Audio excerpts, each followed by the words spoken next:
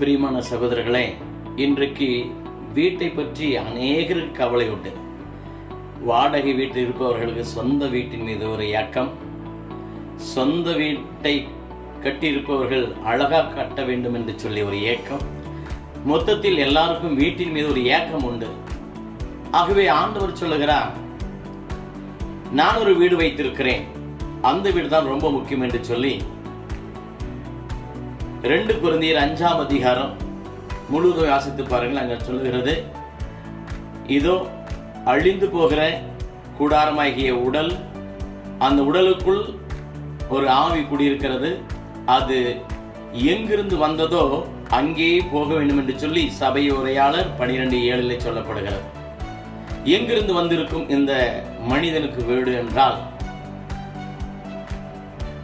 எபேசியர் 1:4 சொல்லப்படுகிறது, உலகம் உருவாகும் முன்பே நான் உன்னை என்னிடத்தில் வைத்திருந்தேன், நீ கிறிஸ்துவை போல வாழ வேண்டும் என்று சொல்லி எனக்குள் வைத்திருந்தேன் என்று சொல்லப்படுகிறது.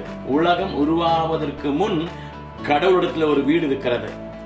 ஆகவே கடவுளை இந்த உலகத்திற்கு அனுப்பி ஒரு தாயின் வயிற்றிலே உருவெடுக்க வைத்து அந்த வீட்டிலே 9 மாதமும் 10 நாளும் இருக்க வைக்கிறார். அந்த வீட்டிலிருந்து இந்த உலகம் என்ற மண்ணுக்கு வந்த பிறகு அவன் வீடு கட்டி வாழ்கிறான். அநேக வீடுகளுக்கு தாவி தாவி போகிறான். ஆனாலும் அந்த வீடு நிரந்தரமில்லை என்று சொல்லி மண் வாயை பிளந்து கல்லறை என்ற வீட்டில் அவனை அடக்குகிறது.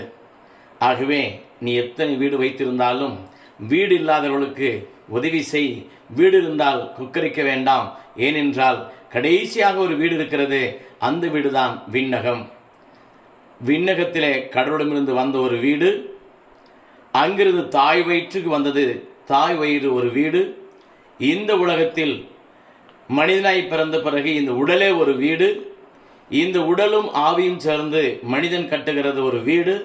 அடுத்து கல்லறை என்ற இடத்திலே நுழைந்து சண்டை இல்லாமல், சச்சரவில்லாமல், ஆசைப்படாமல் அமைதியாய் படுக்கிற ஒரு வீடு உண்டு.